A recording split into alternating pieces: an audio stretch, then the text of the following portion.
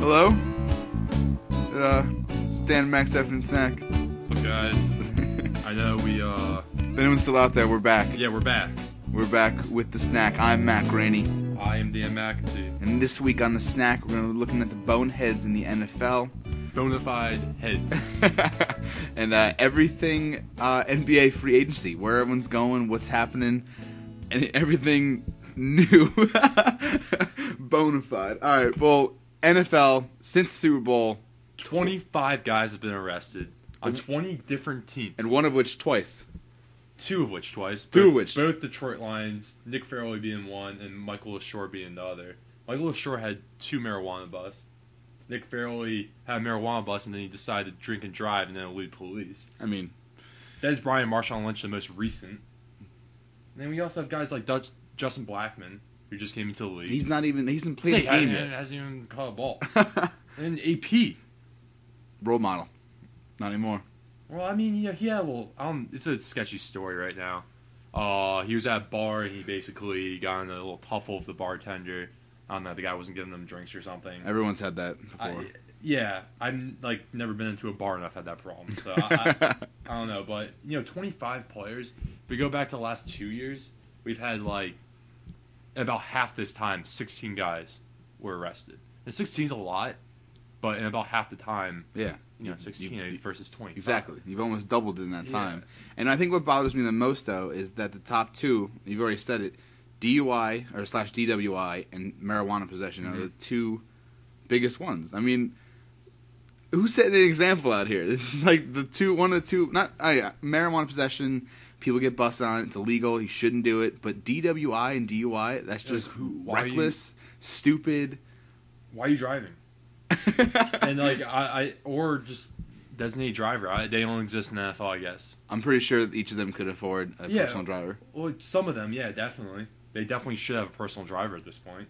And you got David Deal, my boy from the New York Giants, who was leaving the bar after one of the soccer games in the Euro Cup. He ran right into a car. DUI. And Muhammad Wilkerson, New York Jet, is in jail for 65 days. Idiot. What did he do? I think it was a DUI, but he also was in some scuffle with a shooting or something. Oh, God. But he wasn't part of the shooting. Very weird. He went to court, but he's serving his time for jail, and he'll be back by the season. But it's ridiculous how much clowns. And I know it's the off season, but I mean you can't just completely disregard all of everything. Work ethic. Yeah, completely. You gotta be out here setting an example for people, and this is how you treat your team and the NFL and yourself, your family. And not to mention in the NFL, but NBA, Jason Kidd. Jason Kidd, not being a kid. Not I never thought Jason Kidd would get the clown award of the week. Clown his crown? last name being he got clown crown. He was drinking. He had DUI in the Hamptons, so he was obviously having way too much fun in the Hamptons. I've been to the Hamptons before; it's a lot of fun. But you drink responsibly. I drink. Well, I'm also with my parents. Well, then you have to be responsible. And not drink and drive. All right. Well, that's bad. But that's gonna bring us to NBA. Big free agency season. Crazy. Everything's going nuts. I mean, we would be stupid not to start with Jeremy Lin. Oh, I'm so upset. Oh, this kid's mad. He's a Houston Rocket now. The worst. Yao Ming's no racism at all. But the only thing that bothers me so much about the Jeremy Lin thing is that Carmelo voiced his opinion. He wanted Lin to stay. Lin even said that he wanted to stay. What did Carmelo exactly say? He said he wants Jeremy Lin as his point guard, and he thinks they're going to win games with Jeremy Lin. I mean, if the guy you're paying the most, aside from Amari Stoudemire, is saying that he wants Jeremy Lin there, you don't even match the offer, and now he's a Houston Rocket. I just felt like they didn't even make an attempt, really. In the back of their minds, they knew that they were never going to make. Dolan just said, no, this isn't going to happen, and we're going to stick with Baron Davis, Jason Kidd, and hopefully Amon Shumpert comes back from injury, and then we still have Mike Bibby. But Jason Kidd is arrested. Baron Davis played 2 games last year. Mike Bibby was injured. Amon Shumpert tore his ACL. How old is Jason Kidd? 36? 70? Oh. He's old. I think he's like 30. I forgot the times by 2. There's also other stuff. Freaking Steve Nash. Lakers. Huge for the Lakers. Steve Nash and Antoine Jameson. Maryland product. Well, not Maryland product at all, but Washington, D.C. Washington, D.C. product. Different places. And now, because of... Well, since the Lakers, they've acquired Nash and Antoine Jameson, and the Nets have Deron Williams re-signed, Jerry Stackhouse, and Chris Humphries, and they basically said they don't want any talk about Dwight Howard. They closed off all trade talks about that. Now the Lakers are trying to trade for Dwight Howard.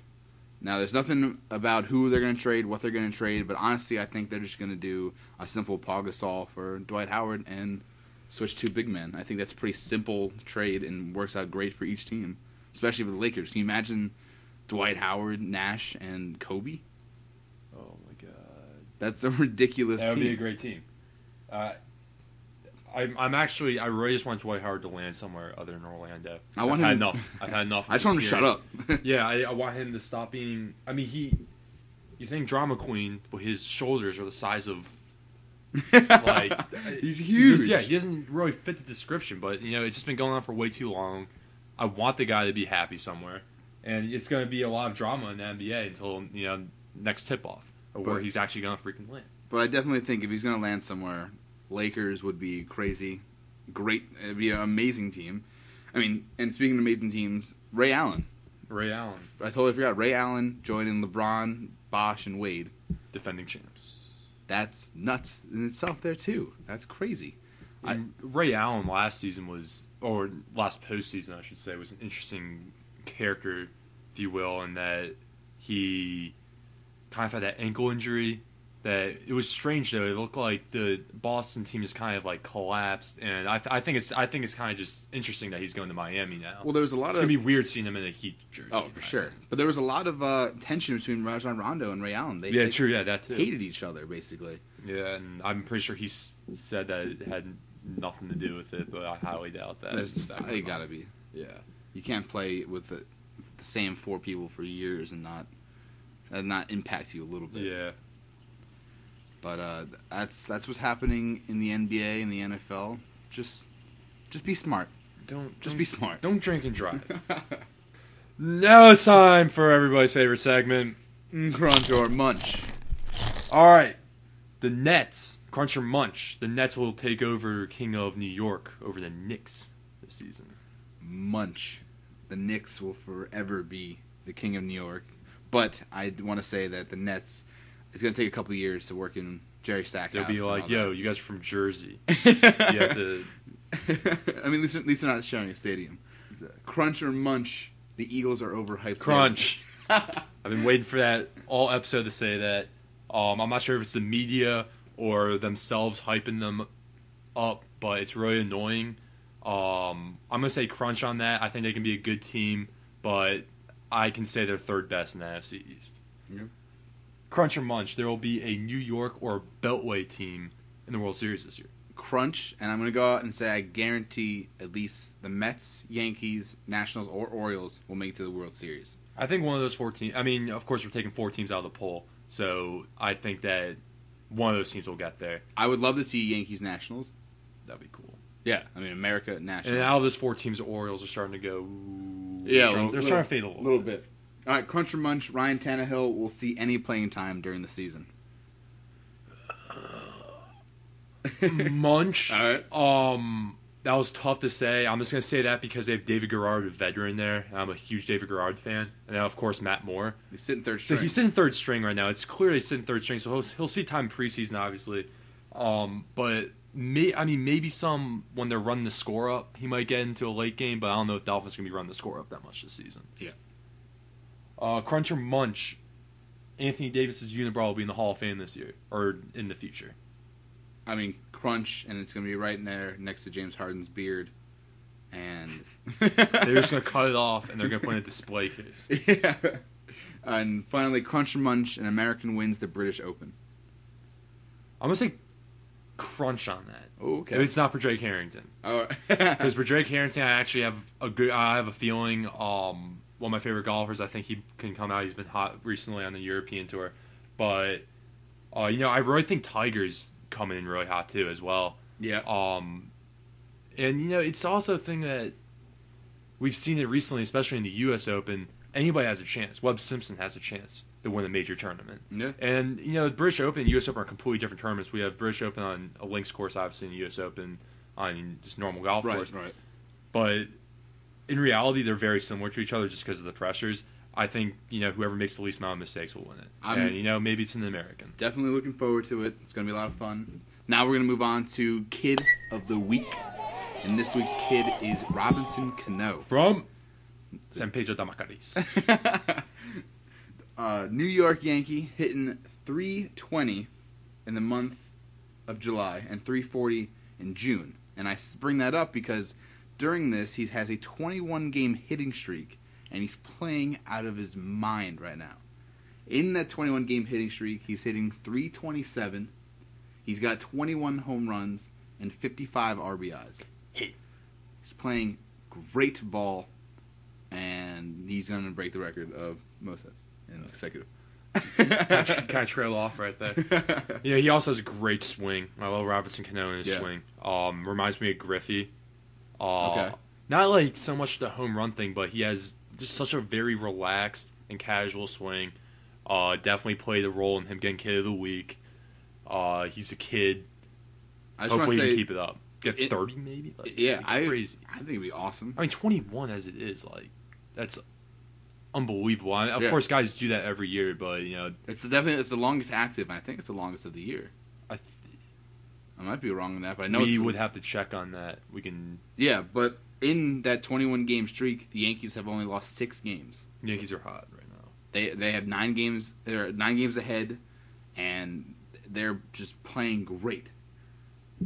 Their offense is not the problem. It's the pitching. But, of course, the pitching has the pitching's really... CC Sabathia just got activated today to pitch. Or yesterday to pitch. The injuries have really killed us, but obviously the Yankees have basically gained stride on that. Oh, yeah. I mean, Brett Gardner's gone. You got Andrew Jones. You got He's Dwayne played Weiss. Brett Gardner's played 9 games this season. And, of course, his agent this week said that he's probably not going to play for the rest of the season. And not rest of the season, Mariano Rivera's probably going to... He says he's going to be back, but... I don't know, Yankees, hot team, gonna stay hot. Both of our favorite teams. Robinson Cano, Kid of the Week. Now, usually I do popcorn chicken. No, not this week. But Dan McAtee has found a gem this week. From the Canadian Football League, Saskatchewan Roughriders against the Edmonton Eskimos. Tristan Jackson ran back a field goal, 129 yards.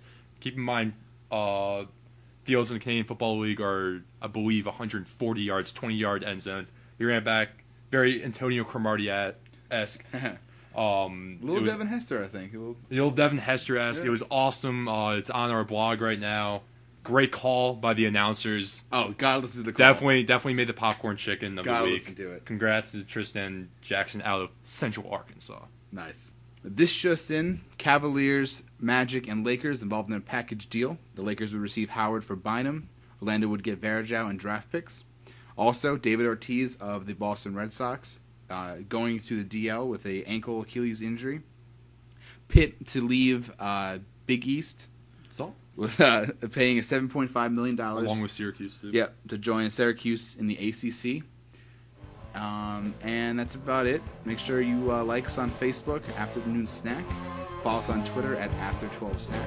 And look at our blog, where we'll have the popcorn chicken and everything else, at after12snack.blogspot.com. Right on our walls. Yeah, give us some comments. Email us, whatever you want to do. I'm Matt Gray, telling you to keep it on the field. And I'm Dan McAtee, telling you to stop being a clown.